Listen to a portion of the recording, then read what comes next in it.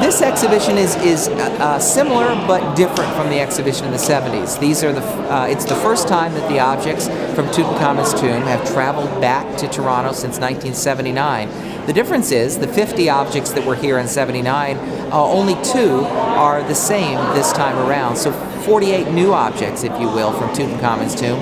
And then the galleries that we're in, the galleries that start the show, we've got 80 other objects, spectacular pieces from the kings and the queens, the royalty, the pharaohs that preceded and followed Tutankhamun to the throne. So a different exhibition, an exhibition that focuses on ancient Egypt, daily life, the pharaoh's family, the pharaoh's court, the worship system, the belief system, the gold of the pharaohs, where we see the treasures of Susenes, and then into the Tut galleries. So an amazing exhibition I think we're all very proud of. There are a fixed number of galleries.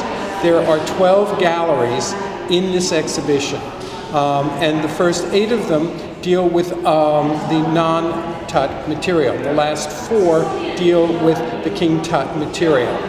The last 5, excuse me. So the first 4 of those 5 are the 4 rooms in which the treasure came from. And so we have an annex, we have an antechamber, we have a burial chamber, and we have a treasury.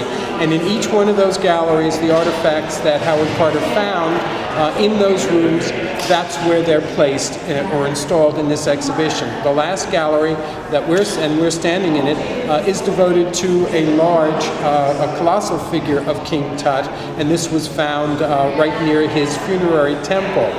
Now, the first 7 of the galleries actually deal with aspects of Pharaoh. So we have first an introductory gallery, and then we go into the gallery of all of the pharaohs, spanning more than 2,000 years. Then we go into an area devoted to Pharaoh's family and Pharaoh's palace, another one to Pharaoh's court, and then another one to Pharaoh's religion. And then the last of those series is called Pharaoh's Gold. So we have a whole series of different kind of rooms that are set up, and as I said, it's very different from the exhibition that came here. And also is very important is that there are very few of the artifacts that are duplicated from the 1979 show. And the other important thing is that many of the artifacts that are in this exhibit, the great majority of them, have never traveled to the United States before. This exhibition very unique and very important. You know, Tutankhamun, he was here since 30 years, he was in Canada, Tutankhamun. But now, this exhibition, not only Tutankhamun, this is Tutankhamun and other pharaohs around Tutankhamun, before Tutankhamun and after Tutankhamun. And this is very important.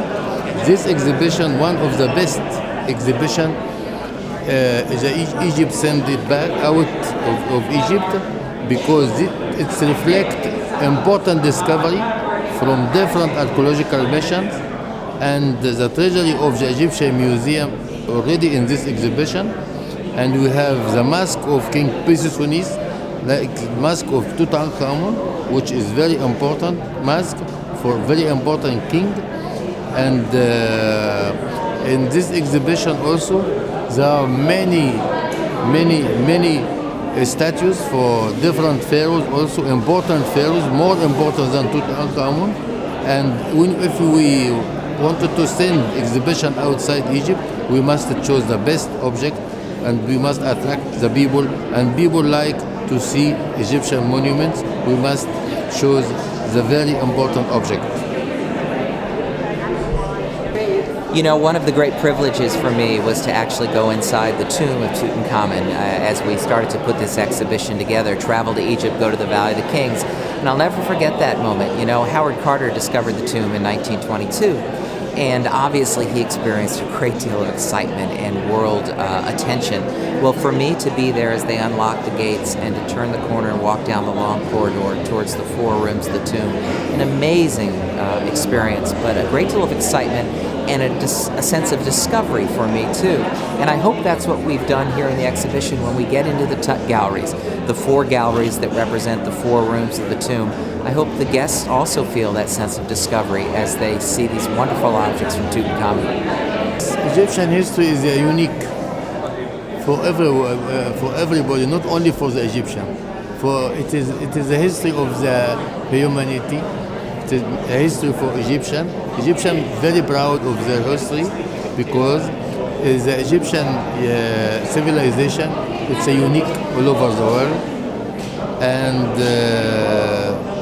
the Egyptian feel the big difference between them and the other nation in this area of the Middle East because of their history, because of their civilization.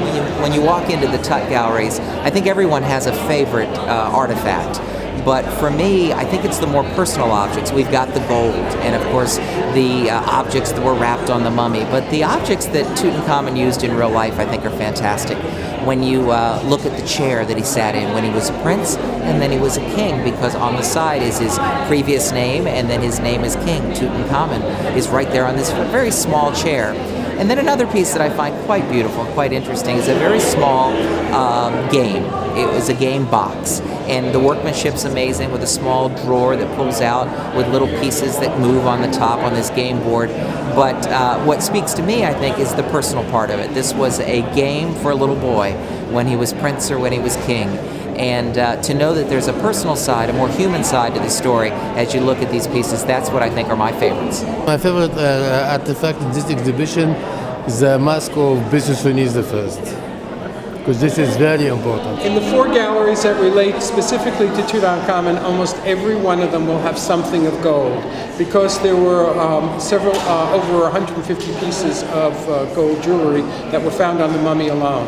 When you go through the Tut galleries, you'll see an awful lot of gold, but there is one gallery prior to the Tutankhamun galleries that's called Pharaohs gold, and every piece you will see is gold, including the golden death mask of King Susenes I from the 21st dynasty. And the archaeological mission from Canada exists in Egypt and participated in the desert and in Upper Egypt, in Lower Egypt also, and important people working in Egypt from Canada.